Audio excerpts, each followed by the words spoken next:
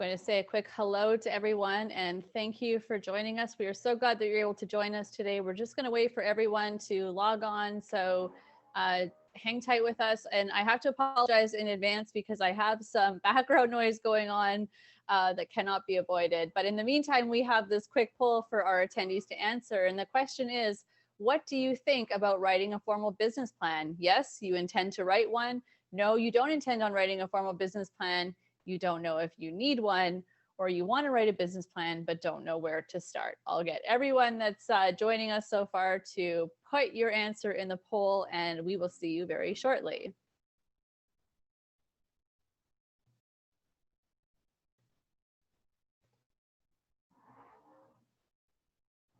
And as we wait, I'm going to go on mute for just a couple of minutes.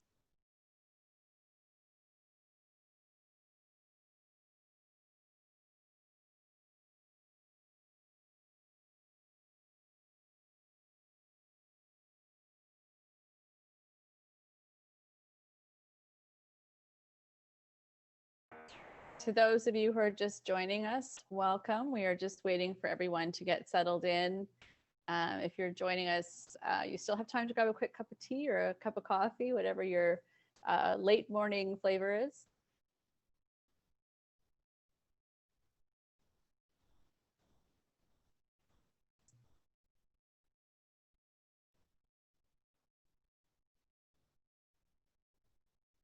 And I will start speaking at 1:34.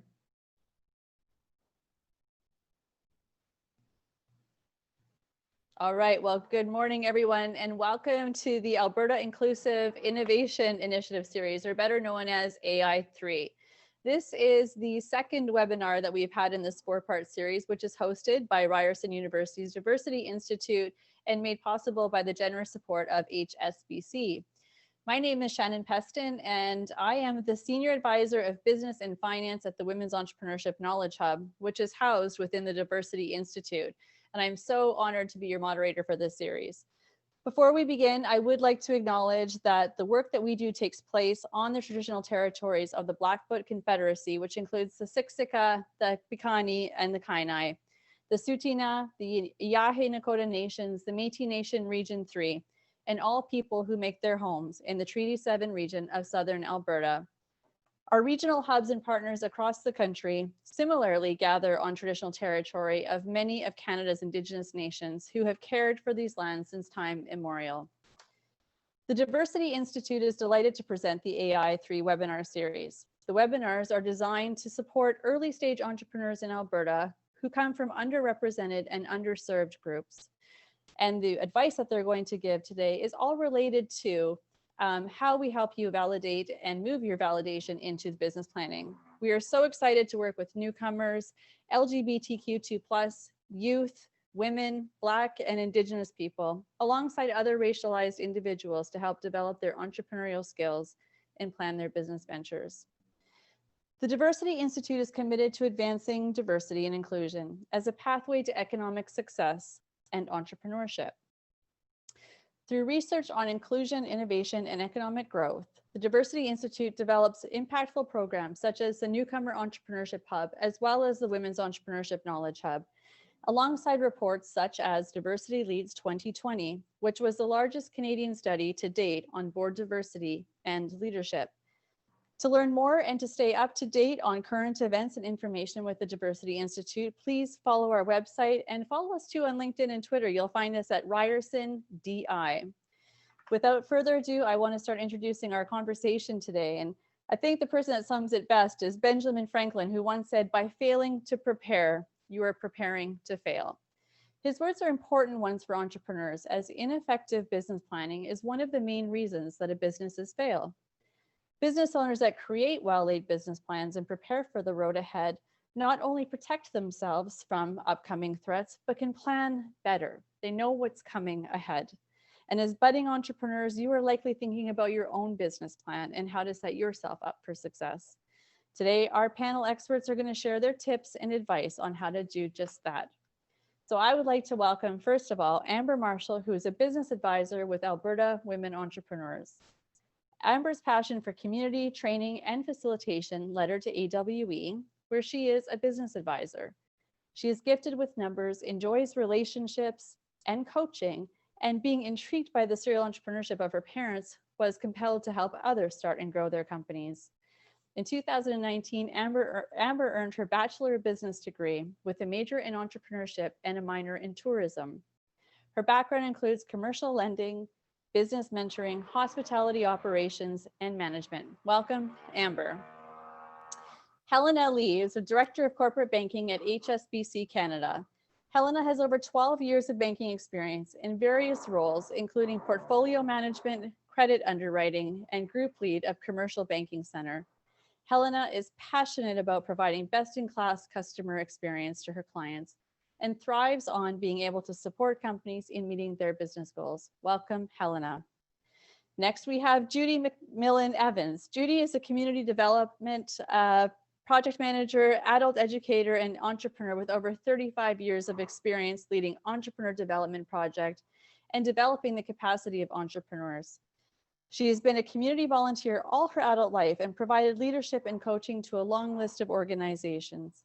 Along with consulting and facilitating, Judy instructs and develops courses for Mount Royal University, Bow Valley College, Southern Alberta Institute of Technology, and Community Futures. Welcome, Judy. And last but certainly not least, Carrie Morton, Director of Business Support Services at Business Link. Carrie leads a team in building and providing services and resources that will help Albertan entrepreneurs and small business owners build, run, and grow their companies. This includes market research services and educational programs. One of her main passions is market research and helping clients to discover sources of information. Welcome, Carrie. And I have to apologize for the noise that we're hearing in our condo complex here, but you can't sometimes control construction scheduling. But as you can see, our panelists are deeply passionate about supporting entrepreneurs, and I'm really looking forward to hearing what they have to say.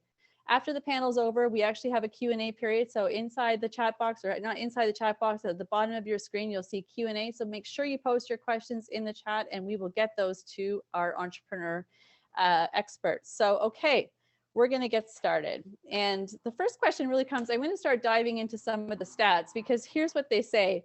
Businesses with a business plan grow 30% faster than those who don't have a business plan.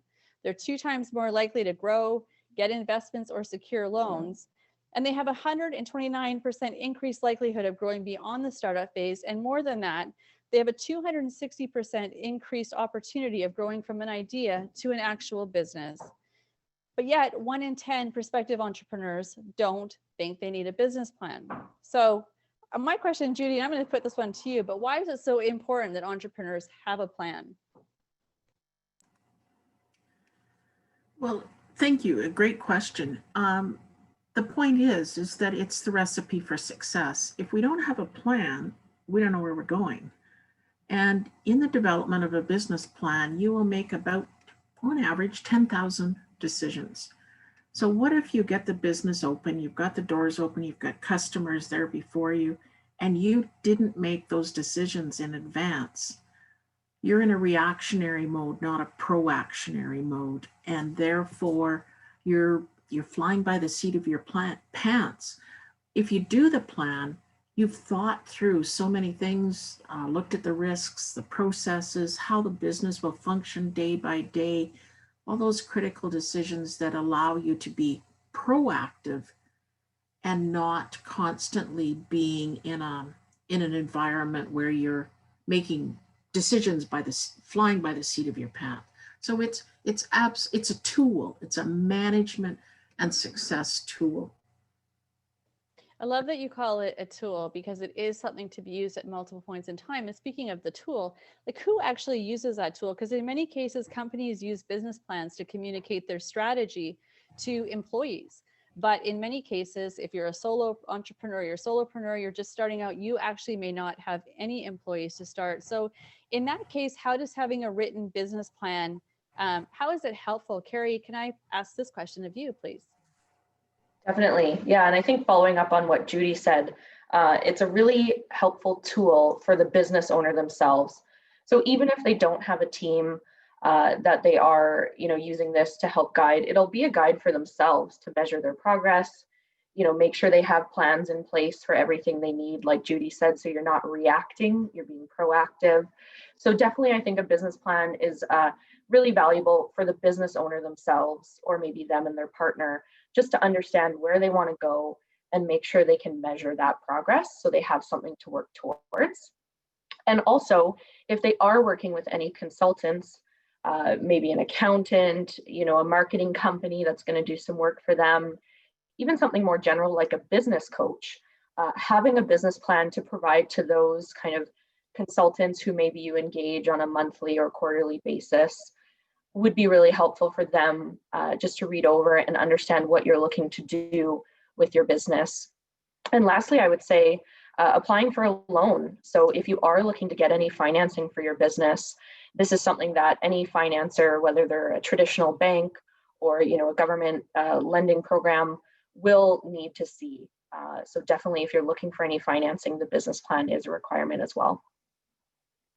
I really like that you touched on the fact that it's not always your employees or the lenders, but sometimes it's your service providers, because if somebody's helping you with the marketing, you want them to really understand the heart and soul of your company, so they can really help you with the branding as well. So thanks for touching on that. In our last webinar, our experts talked about how to validate your idea, and obviously not all ideas are great ideas, and that was the conversation that we had in the last session. And now, so once you validated your idea, where does this information sit or live within the business plan? And Amber, I'm going to ask you. Yeah, thanks for that, Shannon. I would say that the majority is going to sit in your market research section. The lender does need to know what research you've done, and that there is demand for your product or service for sure. You'll also speak to what you've learned through that research process. Explain why it makes sense to do this venture now with the current market, especially like times like today that we're going through. You're going to want to include, of course, your primary and secondary research, any surveys you've done, to really show that you've done your homework. I would also add that to make sure your executive summary is exactly that.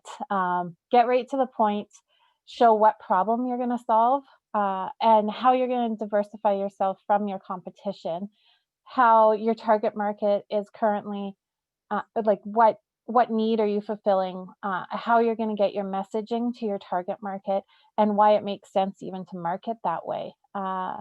Many times the executive summary is all the lender might read. So you want to make sure that you've really filled them in and intrigue them to read more, to go searching for that backup information in your market research section. Thanks, Shannon. That's great, because I think the validation, you're right, it kind of weaves through every part of the business plan, really, from your executive summary to the research to what the lenders are looking for. At the end of the day, the last session we talked about, as an entrepreneur, you don't want to be creating a solution to a problem that doesn't exist. And this is really your opportunity through the business plan to talk about where that solution lies and where the problem actually lives. So thanks for that, Amber. There's so many pieces that go into a business plan. I know as a former lender myself, you would see small business plans, you would see big business plans, but at the end of the day, they all have certain components that are essential, that different audiences are looking for. And Carrie, I'm going to ask you, what are the components of a good business plan? Great. Yeah, definitely. It can seem, I think, a little bit overwhelming to put a business plan together, because when you look at it, you realize there's all of this information that you need to have. Judy mentioned there's about 10,000 decisions you're going to make as you write your business plan.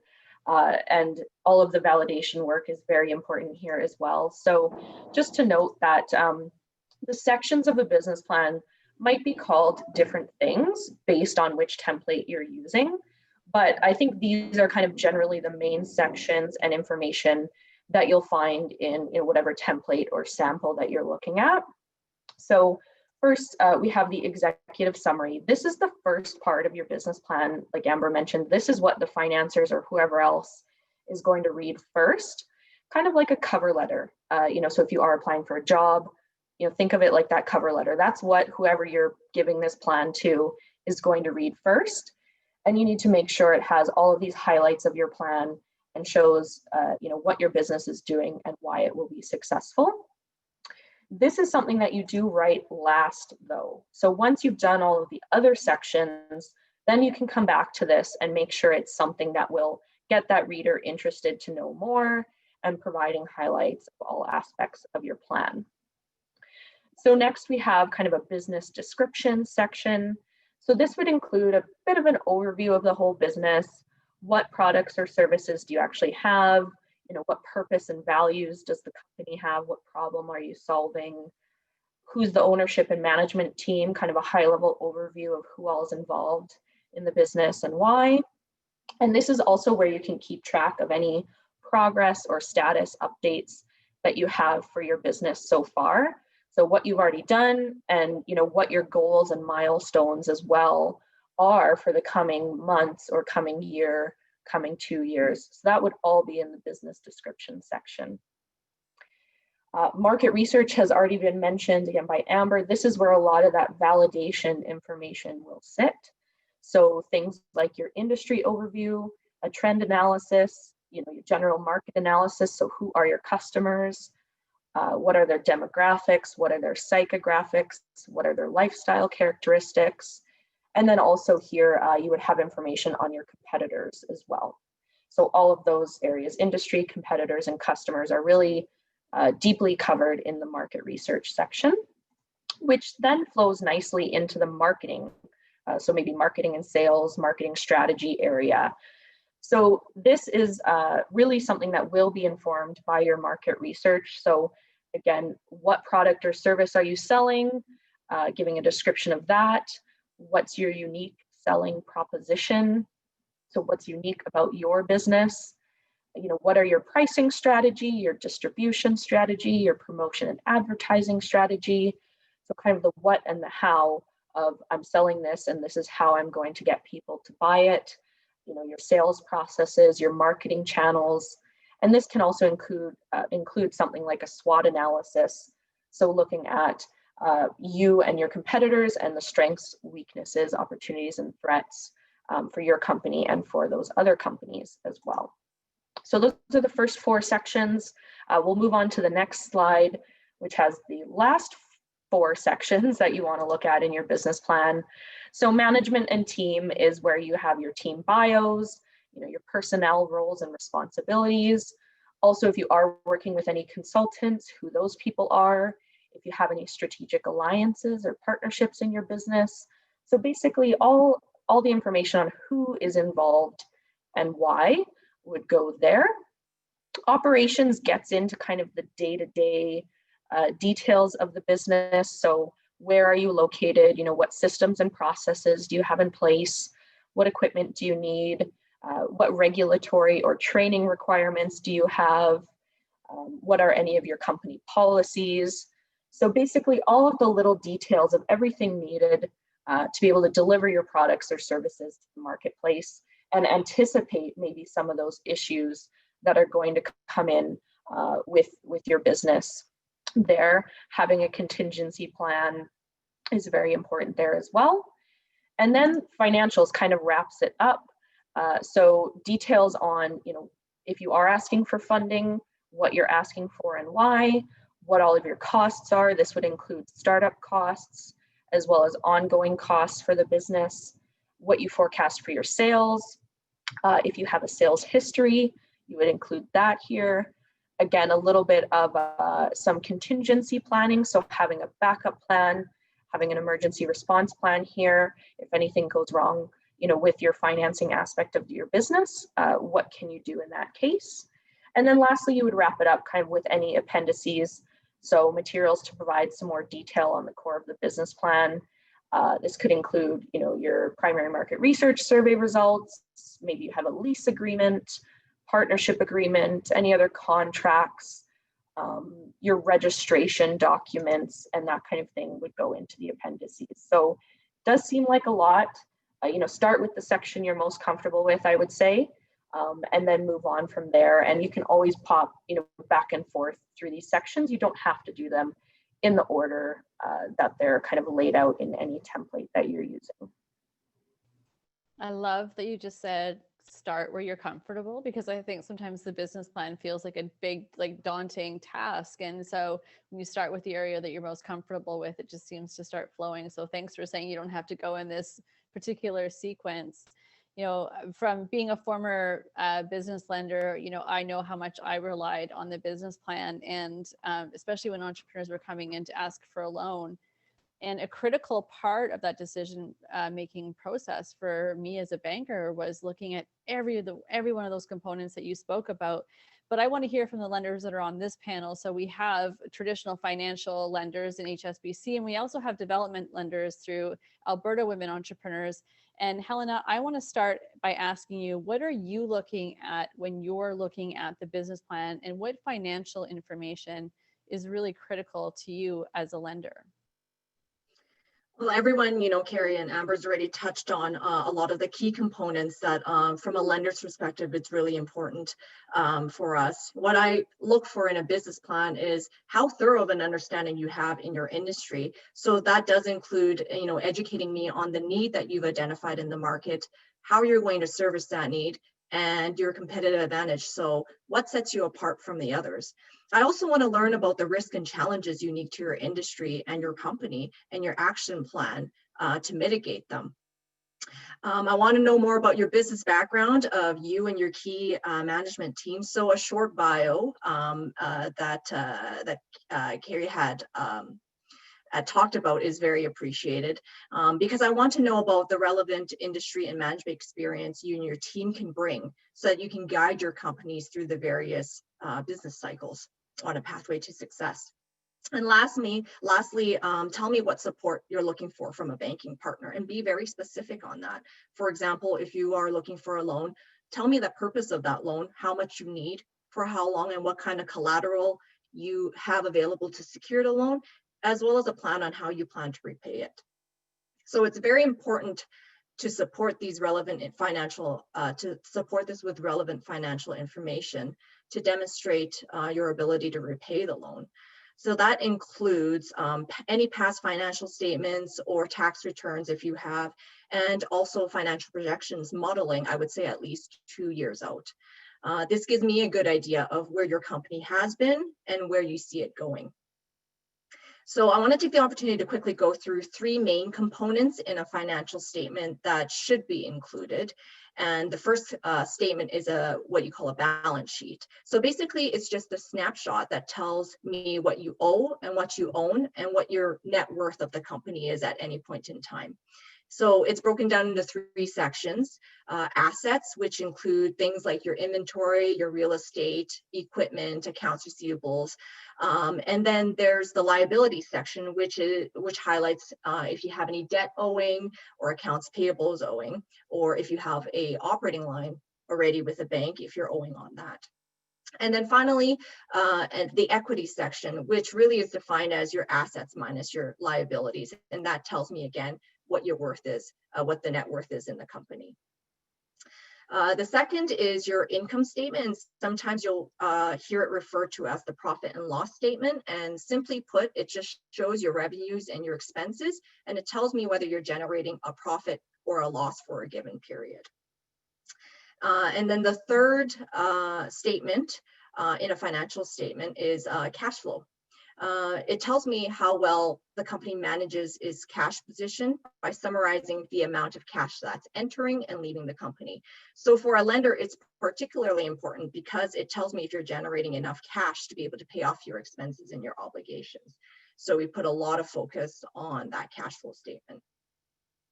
And then in your financial projections, you should have all 3 of the components I just talked about, but you should also include detailed assumptions to back up the numbers so that I can follow your logic. So for example, if you're saying next year I'm projecting 20% growth in your revenue, tell me why that's reasonable, and back it up with, why you think that's reasonable, what kind of research you put into that, so that I can really understand why that makes sense. Have a base case scenario representing the most realistic forecast of your business, and then play around with it. Downcase it to see where your break-even point is, where your worst case scenario lands you. So for example, if your revenue drops by 20%, will you still be making money? Are you still able to make your loan payments? So basically, hope for the best, plan for the worst. And as a lender, it adds a lot of credibility to the business plan when I see that you've thought through all those kind of scenarios. And I know with some of you, these financial statements projections sound very daunting, and I can appreciate that. But remember, it doesn't have to be complex or fancy in any way. Chances are you're already doing it in one form or another if you already have a personal budget. Really, you know, you're looking at your expenses, you're planning out, you know, what you need to pay monthly and all of that. So you're probably already doing it. You're just simply applying it to a business now. Luckily, in this age of technology, a simple Google search brings you templates and examples of different financial statement and projections for you to kind of look at and study. And if you even have access to Excel, there's already ready-made templates out there for financial statement projections you can start building on. So, you know, I checked yesterday on Excel. If you just put financial plan, you can actually pull a whole template out to do a projection. And so it's really neat to play around with to get some comfort around that. Alternately, of course, you can always work with professionals such as a certified accountant to help you build a financial model. So it's something you can work on going forward. Great advice. And I love that you said that you can go on Google because there are templates there. And I think, you know, a lot of people underestimate their financial understanding. I think a lot of these concepts seem like they're so daunting, but when you get into it, it's you're, like you said, you're in your business, you're probably accounting for these anyway. Amber, I'm going to ask you as well. Through Alberta Women Entrepreneurs, you also have lending there to women entrepreneurs, particularly in Alberta. And maybe you can also speak to even startup financing, where you might not actually have an income statement to date, or you know, some of the financials might look differently at the startup. But I will ask you the same question here to say, what are you looking at as a lender?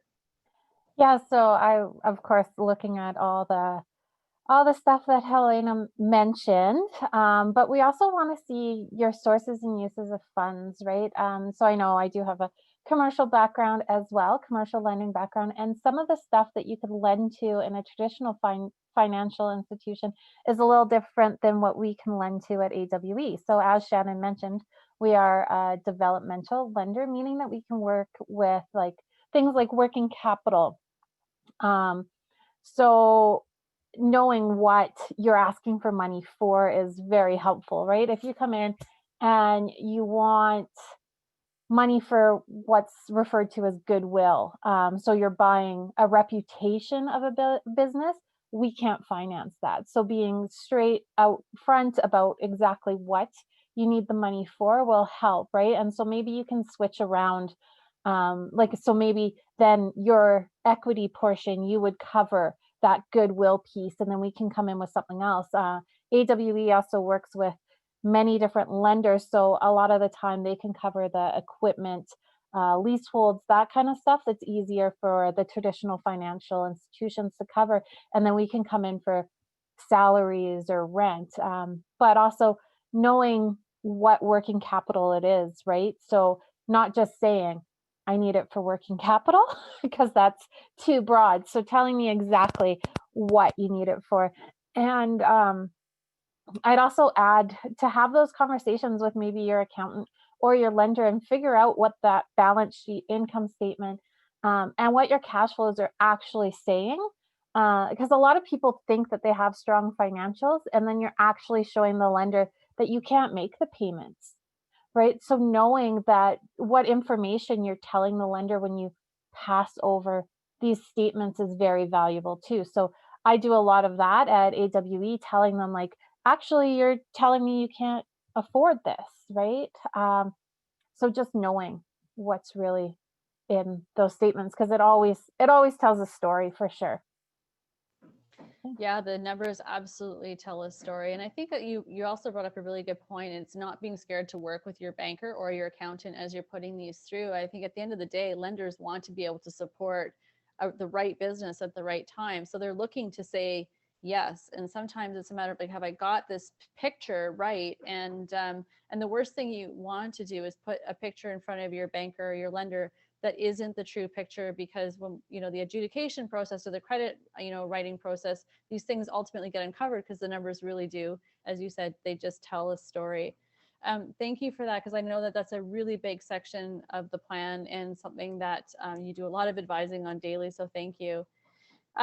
Carrie, we mentioned earlier around goals and objectives about the importance of setting goals. And I'm sorry, not Carrie, but Judy, I'm going to throw this one to you. But what should entrepreneurs be thinking when they're setting their goals inside the business plan?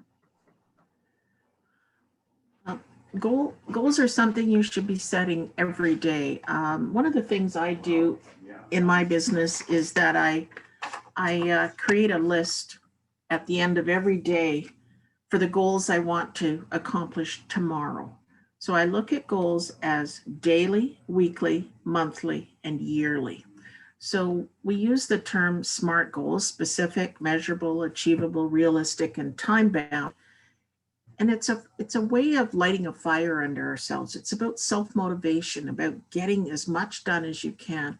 Because a lot of people think in the game of business that our shortest commodity or our tightest commodity is actually money. It's not, it's time. And if we don't use our time effectively and efficiently, we run out of time and we can't get all the things done, because as a business owner, your list of responsibilities is huge. And I sometimes, when I talk about goal setting in business, I think about a client of mine many years ago said to me, "You didn't tell me that I would feel like I had 64 balls in the air and some days 63 are hitting me on the head." Well, that's a message that if you feel overwhelmed with what's going on in your business day by day, week by week, that you're not organized. So getting organized, setting goals, breaking them down into bite-sized pieces, and nothing feels better than to have that list of things you want to accomplish today and tomorrow and to be able to cross them off. So it gives you that opportunity to manage the business, not the business managing you. So here's just an example of a SMART goal. I want to complete my business plan, all 5 sections. So we've been talking about executive summary, marketing plan, operations plan, financial plan, and the appendices that support the plan. And I want to have it done by December 30th, 2020. And when we put those down, did you know that when we write down our goals, we have an 11 times, so that's not one time, but 11 times higher chance of actually accomplish them. So business is about motivation. It's about organizing. It's about goal setting. And it's about driving your own bus as a business owner, not chasing someone else's bus. So that's why you put it together. You can get amazing things done when you're organized and you set goals and you feel great about it at the same time. Yeah, there's nothing more rewarding if you're a list person to be able to cross those things off the list. And I know that I am certainly one of those people. We talked earlier about the importance of revisiting your plan. So sure, you might write your plan, but then a year later or 6 months later, maybe your business isn't on plan, but how often should you be revisiting it? And Helena, I'm going to ask you that question. Sure. We talked about how important it is to use it as a tool, and that's exactly what it is. Your planning, your projections are really a tool for you to measure progress and for you to set your financial goals. So I would say at a minimum, at least revisit it quarterly, if not more often. As we've seen from this year, things can change, and it can change very, very fast. So that means your business, and really your plan will need to be nimble and adapt. So revisiting your plan is a good way for you to keep focus and also not to lose sight of the goals that you've initially set.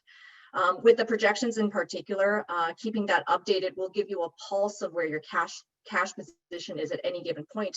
So you know how far away you are from a goal, whether it's opening up another location or expanding your current building. You know exactly what your timeline is by how much cash you're generating on that. And then comparing your projections with your actual results and updating that will also give you a good indication of how well you have forecasted it, so that you can use that knowledge and adjust in the next year. And you just get better and better at forecasting by using that knowledge. And then as a lender, how close and accurate you are to meet your projections adds a lot of credibility to you and your business, so that you're paving a road for the bank to be able to advocate for you if you need more loans in the future. So it's really important to revisit it often. Yeah, some great insight there. And like you said, this has been an extraordinary year with extraordinary change, and the business plan served a purpose, but the importance of being agile in the plan and being able to shift and also to meet new opportunities as well. Sometimes a new opportunity comes along that we don't see, and you'll want to be able to revisit that plan. So thank you. And I also, again, speaking as a former banker, love the fact that when you can really speak about the projections and understand the cash coming in and out of your companies and what your future sales look like does give so much more credibility to you as a business owner. And the bankers really appreciate that. So do the developmental lenders. What are some common mistakes that entrepreneurs will make in business planning? And Amber, we haven't heard from you for a bit, so I'm going to throw this over to you to start. Yeah, I would say not creating one at all. That's probably the most common. They just think that they don't need it, right? So we've heard from quite a few people today, and even if you're not doing it from a lending point of view, like it's still good to guide yourself. The lack of market research, right? Always just my market is everyone, and they're all just going to come. I'm going to build this, and everyone in the city of Calgary is going to come rushing in my doors the second it's open. And then, yeah, the financials, like we spoke about earlier, financials that show that you can't pay the loan. How are we supposed to lend you the money if you're showing us that you can't pay it back? Thank you, Carrie. Yeah, and so I actually crowdsourced a few responses for this from our business strategist team at Business Link, and we aren't a lender, so we don't necessarily read the plan the same way maybe Amber or Helena would, but we do see a lot of common threads throughout, things that are kind of missing or could be built on. So one thing that was mentioned was not really knowing who your audience is before you write your business plan. And definitely, I mean, some of the details of that can come out as you do your plan, but sort of to Amber's point, you know, my market is everybody. That's definitely not something you want to have in your business plan. So really knowing who your audience is and who your competition is as well is really important. Not doing any primary market research would be a common mistake. You know, looking at how that impacted some business decisions that you're going to make, making sure you include those details in the business plan. And then I would also say, in terms of the financial aspect, either grossly overestimating revenue and or underestimating expenses. So it could be both, or it could be either or. And there are some tools that can help you look at what some industry averages are. If you need any research on that, you know, you can reach out to us at Business Link. But making sure it's realistic, right? So if I'm going to make $100,000 this year, what does that mean in terms of my time? You know, how much do I have to charge per hour of service or per widget that I'm selling?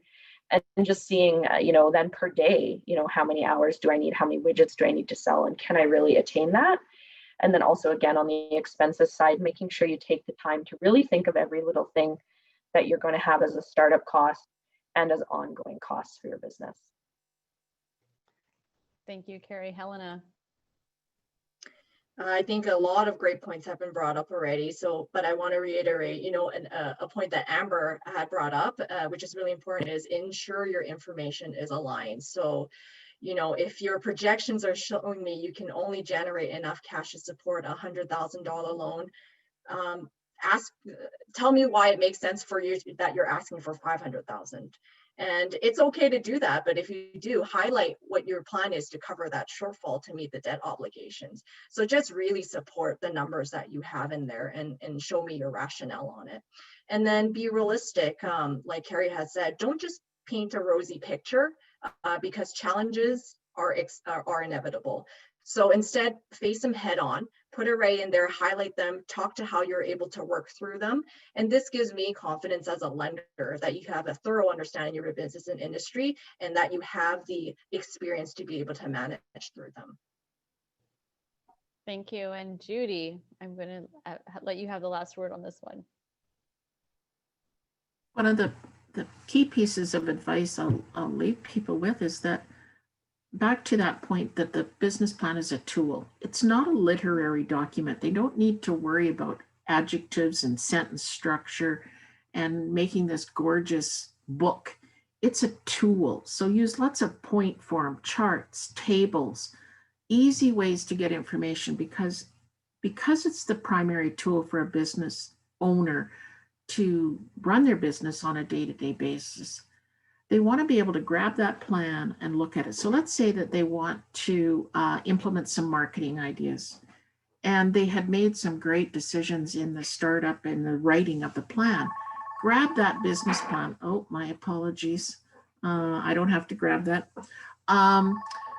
They want to grab that plan and quickly find that list of marketing strategies they were going to implement and then put it away, go and act. But if it's a 65-page document of flowing paragraphs, it's too hard to go get the information. So think about it again as a tool. Find the information, bold headings, lists, point form, tables, charts, so that it's an easy way for the business owner to get the information. And it also makes it easy for the lender to read through the document. So let's not make it harder than it needs to be. I love it. Keep it simple. I think there's another acronym for that. So thank you, Judy. I just want to ask one last question, but what resources and tools can you recommend to entrepreneurs who are on this webinar today? And I will start with you, Helena. I would say start the process and start it early. If you know you need a loan, reach out to a bank as soon as possible and understand the information and requirement and application process even if you don't have all the information ready, just information gather and know what you're heading into, I guess, because things sometimes take longer than you would anticipate. So give yourself a little bit of leeway there. I think we'll be sharing some links after the seminar, and in the link for HSBC, we do have some information specific to supporting small business as well as contact information to talk to a relationship manager, and you can just do that and get the process started and gather as much information as you can for that. Thank you. Carrie, I'll ask you. Yeah, so we do have a few different resources at Business Link again that will go out in the follow-up email. One thing that we have that we just launched recently is our Business Plan Builder. So it's an online tool that can actually help you put your business plan together. And it has tips and it has examples along the way. So that's a really great resource. And I know a couple people were looking for maybe a sample. We don't have a full sample of a complete business plan, but each section does have a specific example there that you can look at. And we also have a secondary market research service. So especially for that market research section, if you are looking for any assistance in that regard, we do have a service that we can assist you with at Business Link. And then we also have our strategists that are available Monday to Friday, kind of regular business hours to answer any questions you have as you're writing your plan. If you want your business plan reviewed, our strategists can do that as well. So all of that information will go out in the follow-up email. I love the free research. That is amazing. Amber. Yeah, so similar to Business Link, we do have the advisors that can both review your business plan, give you feedback, all that kind of stuff. Of course, we won't check your grammar or anything like that, but we'll give it a read over and see if we feel like a lender would be interested. We also offer, right now it's free. Before COVID, we used to charge for it. So we are offering our business plan course. It's a 3-day course that we talk about the target market the first day, market strategy the last day, and financials the third day, and Business Link joins us for that. So it's a very good course, a good place to start, even if you don't know kind of what support you need. So yeah, we offer that. And yeah, just knowing, I think the network is a big piece of it too, because I know something that might specifically be for one entrepreneur, but doesn't really apply to a different one. So just having those free resources and seeing what you could qualify for or what you want to talk about, right? I love that. There was somebody that once said, when you know me, you know all of us, which is the full ecosystem. And I think that's one of the key points here. And Judy, I'll have you close out with giving some of your tools and resources and what you would recommend to entrepreneurs, please. Well, I love the fact that the Business Link has a new interactive planner. It's excellent. I've been playing with it. Another starting point might be strategizer.org has their one-page business model canvas that can act as a beautiful sketch out to get the business plan started and get the framework put together. So that's also a wonderful tool to help people, or to give you almost, I guess, call it jot notes in some ways. And I want to share with people that in the game of business, you're going to pay the tuition no matter how you learn the lesson. Putting the business plan together will reduce the amount of tuition you have to pay as a business owner, because you can learn from all the support organizations that are here on this call today, and you can tap into their collective knowledge and their resources, or you can learn it out there in the trench all by yourself. But I guarantee you'll always pay a higher tuition by learning in the trench, and you're going to pay that cost. So give yourself a chance. Such wise words from our educator, and I couldn't agree more. There's a school of hard knocks and no one likes to go through that. It's a lot more expensive and there's a lot more bumps and bruises along the way, but great advice to all of you. Joanna, I'm going to invite you to check our chat box for us, or our Q&A, chat box, and let us know what sorts of questions are coming for our experts today. Thanks, Shannon. So I'm going to read out, we've got some great questions here. So the first one is, do you recommend a one-page business plan? I'm going to let Judy answer that one, because she just talked about Strategizer and the lean business model canvas. And so Judy, can I put that one to you? For sure. So it's a great way to get started in sketching out your business plan. So one-page business plan, I want you to look at it as step one, not the final step. All the dirty details that go into a full business plan are absolutely essential, but the one-page business plan can certainly get you going, and it also gives you the framework to work. So it's almost like your index. So it's a great place as step one. If I can just maybe jump onto that too, I've seen a lot of companies that put sort of their one-page business plan in company lunchrooms so that everyone sort of has an at a glance again about what the goals and the strategy and the vision or mission of the company is. So there's obviously huge value in that one pager as well. Next question, Joanna. That was a great one. Okay, so the next question we had, it was actually, I'm going to pop the answers in the chat here because one participant was asking for the listing of items that Amber shared in her first comment, specifically around the executive summary. So I've just popped those in the chat. While we move on to our next question, this one is, do you find loan regulations and prerequisite requirements being adjusted due to the pandemic?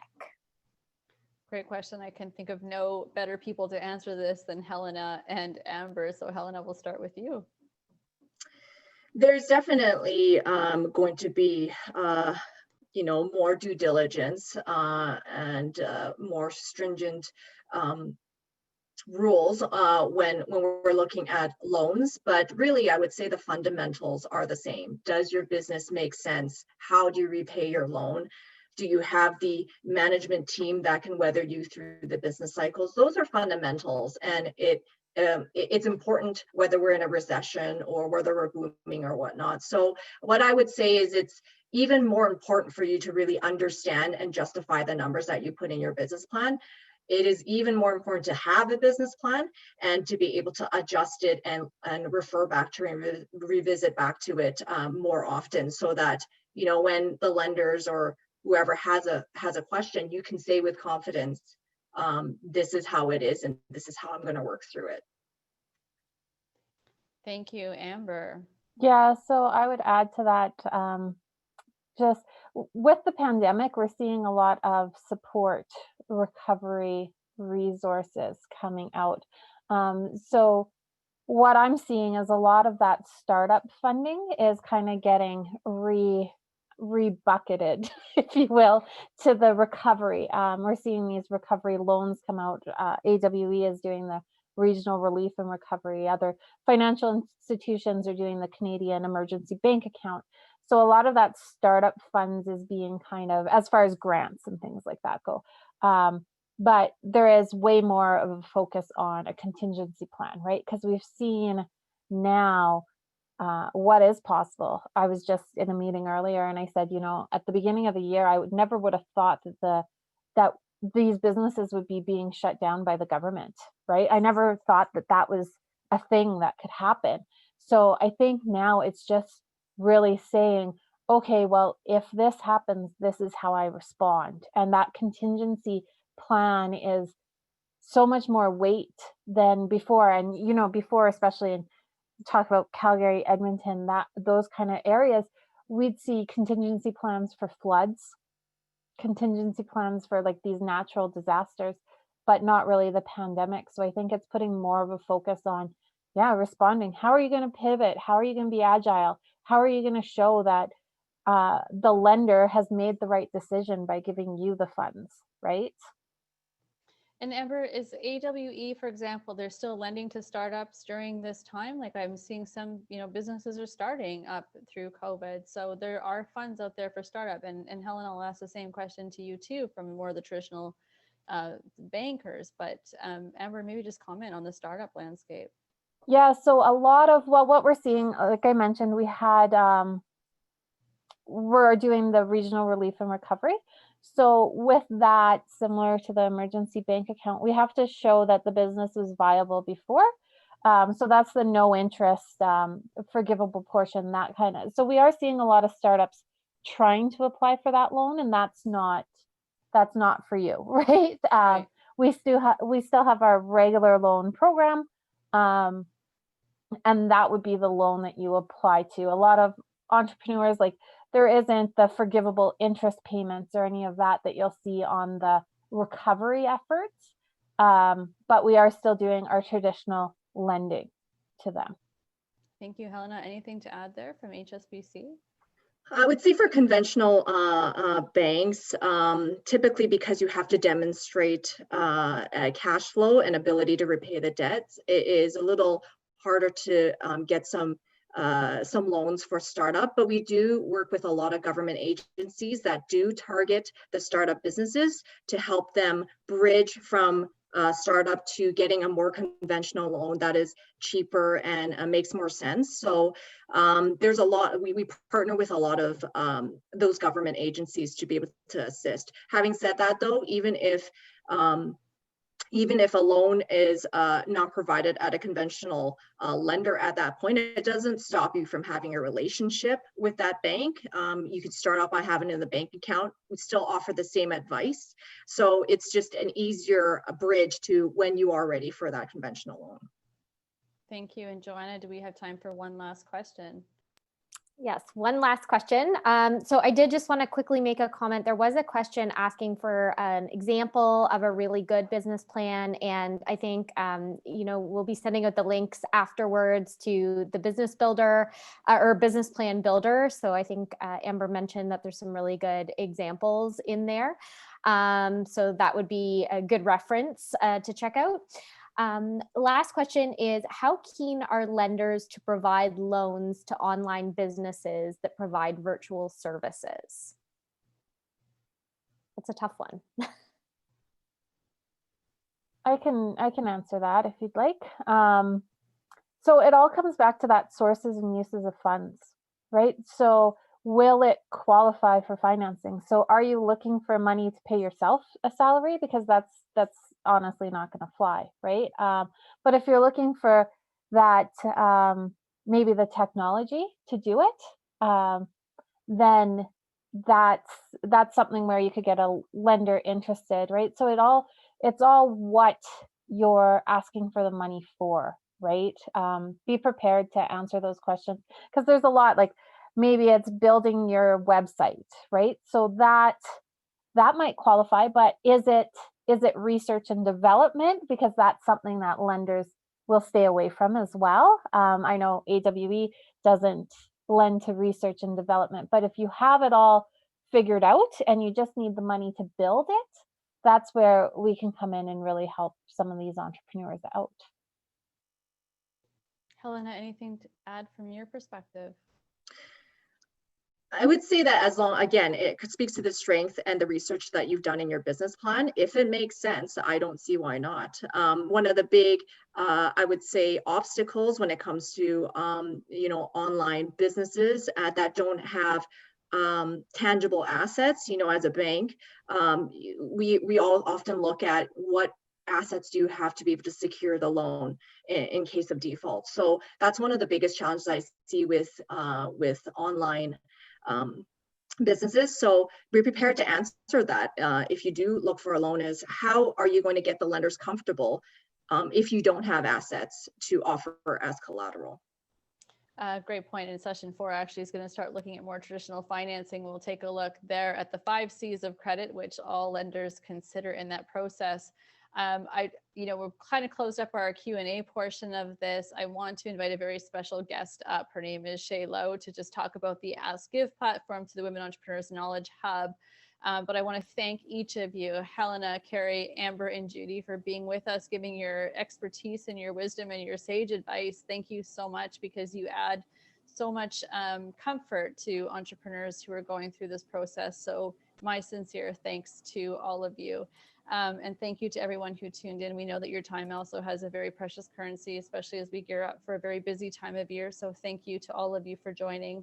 And keep your eye out for future sessions. As I said, in February, we will reconvene on February 10th. We've got a session with how to put together your budget, your financials, your cash flow. We've got Shauna Frederick, who is a CFO on the go of Frederick on the Go. She's going to help us walk through that process.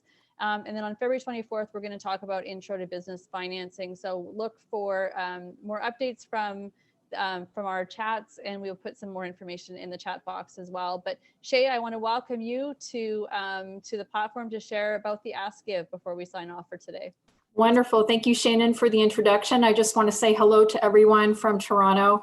I'm part of the WEC, housed at Ryerson's University. I just wanted to share a little bit with you about today about our sharing tool.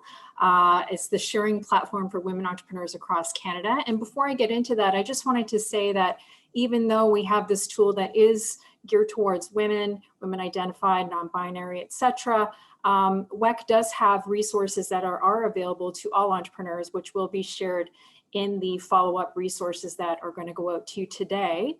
Just a little bit about the WEC in case you don't know. We're housed at Ryerson University's Diversity Institute, as I shared. We work across the country through 10 regional hubs in both English and French. And we work in conjunction with over 250 partners to support women in business across Canada. The sharing platform was built in conjunction with the Forum for Women Entrepreneurs. I'm not sure if you've heard of them, and SheEO. And SheEO had this really successful platform of their own based on the Ask Give format, which I will take you through shortly. And it's really in the spirit of radical generosity, and especially during these times, which have been so difficult this year for so many. We wanted to have this community for women entrepreneurs to ask for what they need or provide something that they're able to give the community. So on that note, I'm just going to share the platform with you here. I'm going to share my screen.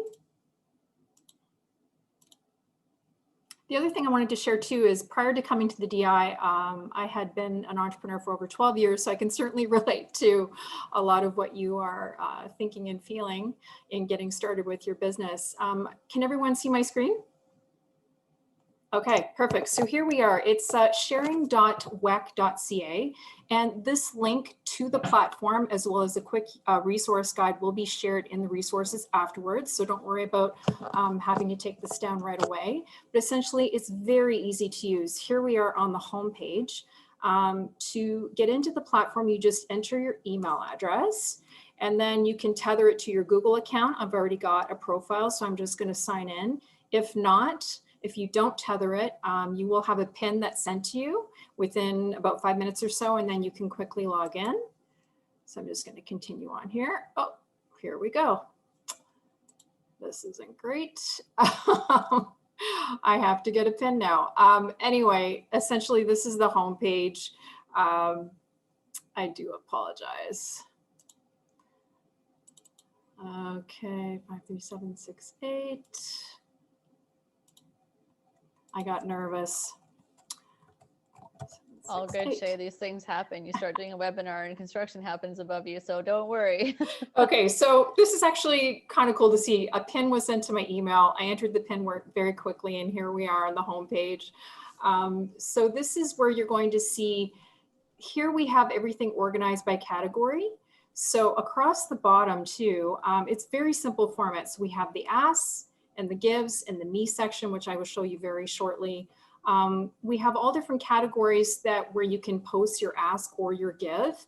And if you have a question about money, connections, team, government, advice, word of mouth, buying power, you can post in all of those different categories.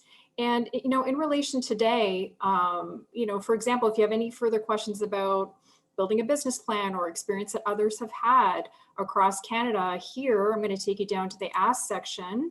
If you click on asks at the bottom, here you'll see all of the asks that have been put out there by other women entrepreneurs across Canada.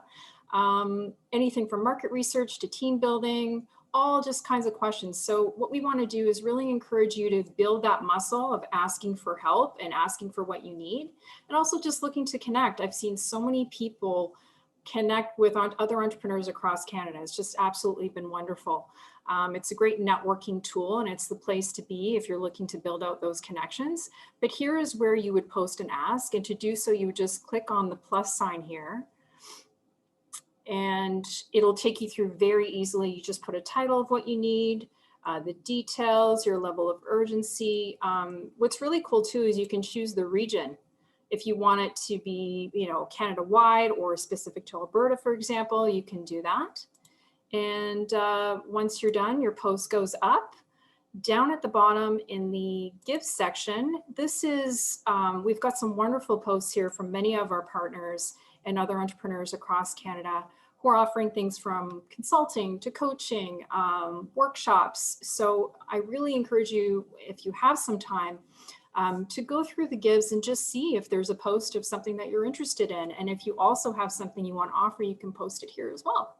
Then finally, in the me section at the bottom, this is where all of your posts are housed. So if you need to edit anything, take anything down, that sort of thing. I'm just going to take you back over to the home page really quickly. Here you can edit your profile. There's a quick section on how this works. And that's pretty much it. It's very easy to use. It's a wonderful tool that I really encourage all of you to use. If you have any questions about it, my email address is going to be shared in the resources as well. And I just want to say happy holidays to everyone, and keep going and don't give up with your business. I've been there and I totally get it. Thank you, Shane. I love the Ask Give platform, and it is a season to be giving. So yeah. You might want to go on there and find some way that you can help another entrepreneur. And if you are an entrepreneur that needs the support, go on and make your asks. So my thank you to everyone. I do wish all of you a great holiday season, and that you find some time to just rejuvenate and relax this over this season. It's been a crazy 2020, and 2021 is just 2 weeks away. So rest up, and we look forward to seeing you in the new year. Thank you to everyone for your time today.